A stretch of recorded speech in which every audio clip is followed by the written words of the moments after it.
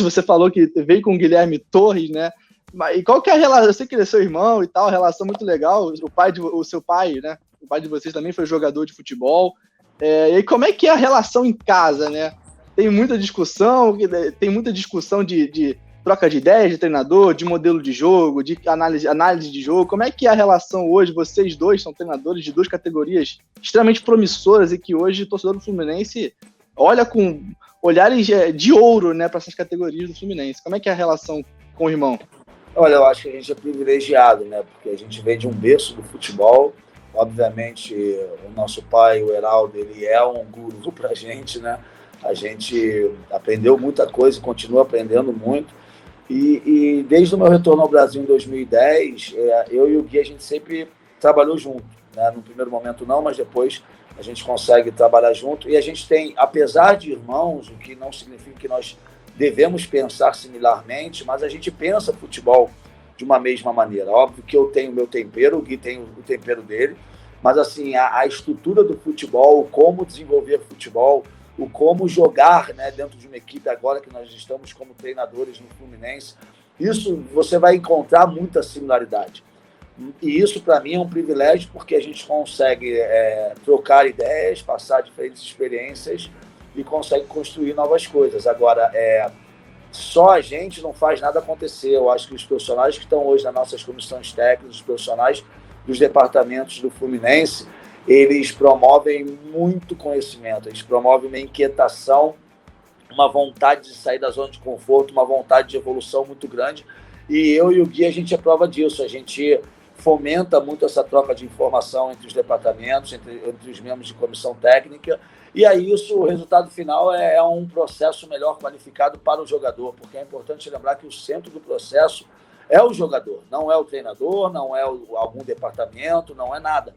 A gente só existe porque existe um jogador ali que precisa ser desenvolvido e a gente tem que ter essa capacidade de entender que os jogadores são seres humanos diferentes e que a gente precisa fomentar planos de ação diferentes para que eles possam chegar no máximo potencial deles. Mas até você falou que voltou do Brasil, né? Você fez faculdade nos Estados Unidos e também tentou ser jogador profissional lá também, chegou até a jogar no Panama City Beach Pirates, né? Fiz o dever de casa aqui, Mas aí você também fez mestrado lá, você também tem uma relação muito forte lá com, de vez em quando, eu até observo que você faz algumas palestras, né, workshops assim, com profissionais de lá dos Estados Unidos. Queria que você falasse o quanto que isso te enriqueceu como treinador, quanto que essa experiência lá e o que você conseguiu trazer lá dessa sua formação para o Fluminense. Eu acredito que os Estados Unidos ele me enriqueceu como pessoa. Eu saí muito jovem daqui, eu saí com 20 anos, eu estava jogando categoria de base aqui no Brasil e eu estava vivendo aquele sonho, né, de realmente sair do sub-20 profissional e surgiu uma proposta para eu fazer faculdade e receber uma bolsa de estudos. Eu não falava inglês na época, aquilo me incomodava, porque eu acho que a gente precisa, para ganhar campo de trabalho, a gente precisa falar outro idioma, e o inglês ele é fundamental já naquela época lá atrás. E aquilo ali me deu uma oportunidade de conhecer o mundo. Os Estados Unidos é um país onde você encontra pessoas de todos os lugares do mundo, você encontra culturas diferentes, e fez com que eu abrisse a minha cabeça e entendesse que não existia só aquilo que eu estava vivendo aqui no Brasil, que existiam outras formas de pensar, outras formas de fazer coisas, e aquilo foi muito importante para a minha formação, não só profissional, mas principalmente como ser humano. E com certeza o fato de eu ter diversas experiências nos Estados Unidos, tanto dentro e fora de campo, ela me dá uma gama de qualidades, de habilidades que hoje eu utilizo no meu dia a dia.